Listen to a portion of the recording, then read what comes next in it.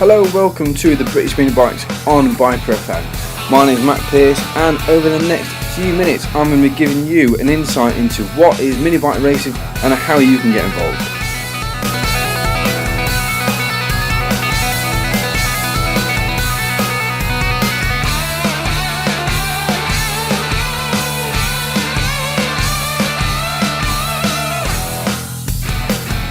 So we're sat with three of the the veterans in the British Mini Bike paddock.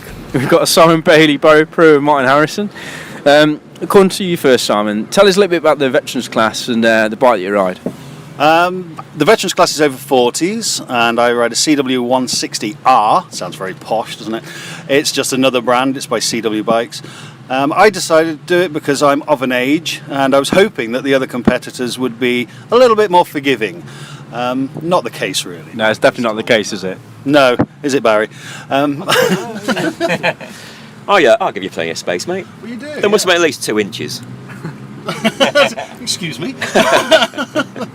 Right, and you ride in the stock 160s as well as the veterans. What's the difference between the two classes? The 160s are a bit quicker, and I do both because I'm not very good, and I'm trying to get as much practice and much learning as I can. I'm fairly new to this. I've been doing it 2 years, and I'm just trying to learn to ride a bike, really. Barry, who do you think should come and race in the veterans class? Absolutely anybody who's out there riding a bike. If you go out riding a road bike at the moment, especially if you do track days, if you come and try this, the pit bike racing, you'll just get addicted to it. So, in terms of costs, you can do a track day at Alton Park, for example, during the summer is about £180 for the day, and you'll get 6 20-minute sessions. This whole weekend for the entry fee is £75. We've had, how many sessions? We had 4 or 5 track sessions yesterday on the practice day. We have a warm-up qualifying and 2 races today. The actual pounds per mile that you do is much, it's better value with this by far. In fairness, we were talking earlier, weren't we? We use more petrol in the generators, heating the tyres up, than we do in the bikes racing round, which is great. But no, Barrett's right. Anybody, they see the colour of your money. I always found that doing a track day on the Fireblade, especially if it's a road bike, I could only give it 80-90% because A, you don't want to crash, B, it's going to hurt, you're going really, really fast. You come out on a pit bike, you're only doing 30, 40, 50 miles an hour, you can give it 110%. You can pretend to be Valentino Rossi for that day, and I just think it's much more fun even than doing a track day on your big pit bike. Well, there's less concern about damage, isn't there? Yeah, of course there is, yeah. I came off yesterday and just go back on. The amount of people who come off, it's low side and just slide off, and then normally they're up and running trying to catch the bike, hoping that it hasn't stopped so they don't have to kickstart it. If that was a big bike, it'd be £1,000 worth of fairing damage and who knows what else, and a lot of tears probably, and a divorce. Obviously, most of these bikes are like cheap Chinese pit bikes and cheap Chinese pit bikes and engines, but you recently did the charity race and you did 5 hours. Was it 4 or 5 hours on the same bike? The total was 6.5 hours on the same bike because they had an hour and a half qualifying and then 5 hour endurance. There was 4 of us who rode it, 3 of which have never sat on one before. Every single one of them fell in love with it. They all ride big bikes and do track days and things. They were all desperately trying to work out a way of affording one without being divorced. But yeah, it just kept going. All it had afterwards was an oil and filter change, and that's it. Okay, there's been some problems this weekend, but that's due to lack of me looking at it. But it's ridiculous. They're designed for children, and we are of an age and of a size that. You're a big guy. What, yeah, you're 6 foot? I'm a fat bloke. No. You're 6'2". I'm 6'2" and 17 stone. And I'll be honest with you, how it gets me around, I have no idea. It does all right. You do all right then. It does, yeah. It's incredible. Barry's considerably lighter than I am, and considerably quicker than I am as well. And you see some of that. Martin's 10 seconds a lap quicker than me on this course today. And it's like, okay, he's a little guy, but he's ridiculously quick. It's incredible. But they are incredible little pieces of kit, and they're so cheap to repair as well. How we were talking earlier, it's like carburetors are £100 for a genuine Mikuni. Tyres are £135 a set. You will pay that for a front tyre on a big bike, of a good quality one. So, yeah, if you have any doubts, you've got to have a go of it, seriously. We've all ridden big bikes, we've all done track days and things, or racing or whatever, and this is more smiles per minute than anything else. All of us come off laughing and joking, it's brilliant. And you make some good friends in it, don't you? There's some brilliant friends that you are made with this. And the other thing, look at the other things we get to do. We went to the Isle of Man. I mean, we have raced in the Isle of Man. I know. Yeah, we're not going to say any more than that. I was there. I was there. We're not going to say any more than that. No. Were you racing or crashing? Oh no! Is there a distinction No, there? no. Mostly I crashed. Yeah, you're right. Did you crash in that? No, you did. Several times. In fact, every time I went out, I crashed. One spectacularly, but my claim to fame is Milky Quail did actually rescue my bike for me. Do you think that's a record? 3 in what? 1 a race? As in like crashes on a bike on the Isle of Man on a single day. On the same bike, On the same same bike. Oh yeah, and just to get back up and get on it and ride round. Yeah, I can't imagine. I seem to remember Guy Martin didn't get up after his, did he? No, I'm pretty sure he didn't. And Connor Cummins, I think he didn't get his bike back, did he? Did they name it Bailey's Bale? Many times. They must have done. I think I need to get on a Guinness and see what they say about that one. Somebody's got it on video apparently when the bike came over the top of me, and it was spectacular apparently, but I don't know. But no, I mean things like that you just don't get to do. You've done Selsley Walsh as well, haven't you? Yeah, we did Selsley Walsh. We did Prescott at the start of the year in April. We did Selsley Walsh recently where we took some pit bikes down, and it was a real eye opener. Yeah. But yeah, I mean you try and do that with a big bike. You're up against a lot of big teams or a lot of money, and this isn't. I mean, I know Barry's posh, and Barry and Mark were posh. They stayed in a hotel last night. So Yeah, I saw that. Nice and cosy in the pub. Got to have a bit of luxury, ain't you? At my time of life, definitely. They had to the weekend, didn't it? A few beers, something to eat. And also, we're up in the Lake Districts this weekend, and you can't really beat being up here, can you? It is a proper weekend away. Weekend away with the lads, and a motorbike. What more do you want? Have you been here when it's been raining?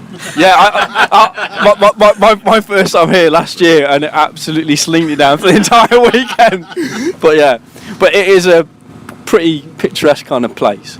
it's like a little mini Cadwell, isn't it? Yeah. Just reminds me of Cadwell Park. It's got a little mountain section, then kind of some fast sweepy corners, and I mean the hairpins are tight, in fairness, and it's in a quarry, so you set down. You can't see over the top of it. It's fantastic. It really is picturesque. And in fairness, the drive's not bad once you get off the motorway. No, it's good. It's not Wales, though. Just saying. Have we got any rounds away? I think we go as far as Oswestry, don't we? That's as close as you get. That's as close as you want to get in it, really. Oh, that's harsh. That's harsh. It's fair, but it's harsh. You're listening to British Mini Bikes on Biker FM. Well, mini bikes come in all shapes and sizes, right from the mini motos, which you envisage when you think about a mini bike. They have 40cc air-cooled engines, run up to 50cc water-cooled machines. But within our championship, we also have the pit bikes and the mini GPs, running from the Bambinos for 6 years of age, right the way up to the open class, which is 200cc fully tuned pit bike engines. One of the classes which has really grown over 2016 is a modified CRF 150R. You are listening to British Mini Bikes on Biker FM. Okay, so we're here with Alan Lord. You're the race director of the British Mini Bikes. How did the British Mini Bikes start?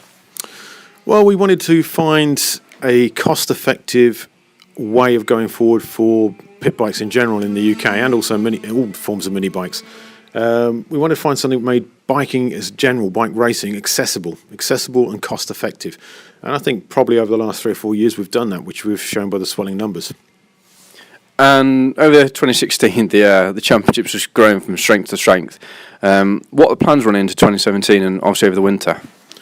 Well, we've got 4 or 5 rounds planned over the winter series, which obviously will get more people coming in to try out the sport and see what we're all about and why we've grown so much.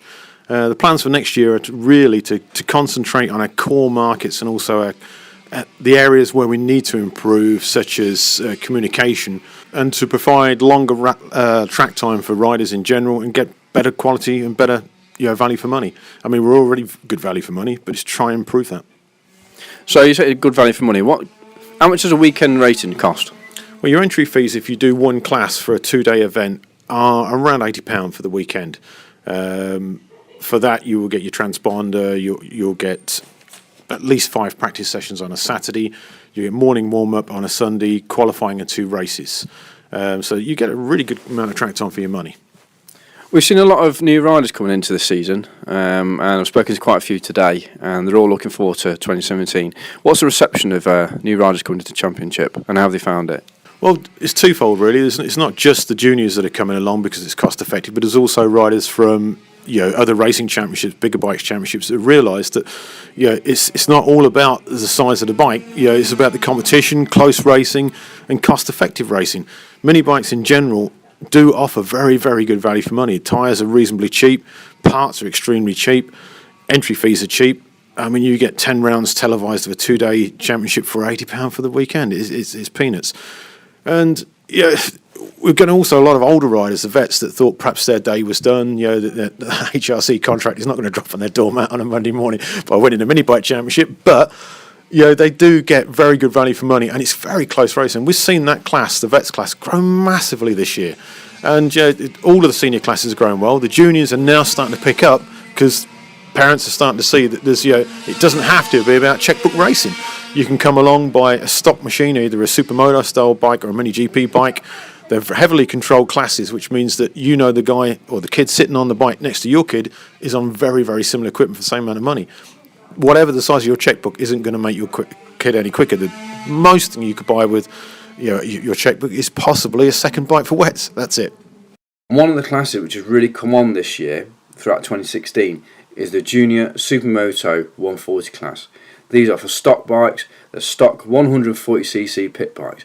You know for a fact, when you're on that grid, it's not the bike next to you that's going to beat you, it's the rider. And now we're actually getting British champions coming across to the British mini bikes and realising how close and how competitive this championship is. Right, we're here with George Hopper. Right, George, your background's grass tracking and you're the ex-British champion. What age group was that in? I was riding a KTM 65 it's called MX 65. I think I was started when I was 7 in that class till I was 10 or 11. And what's the difference that you found between riding the grass tracking bikes and obviously coming onto pit bikes?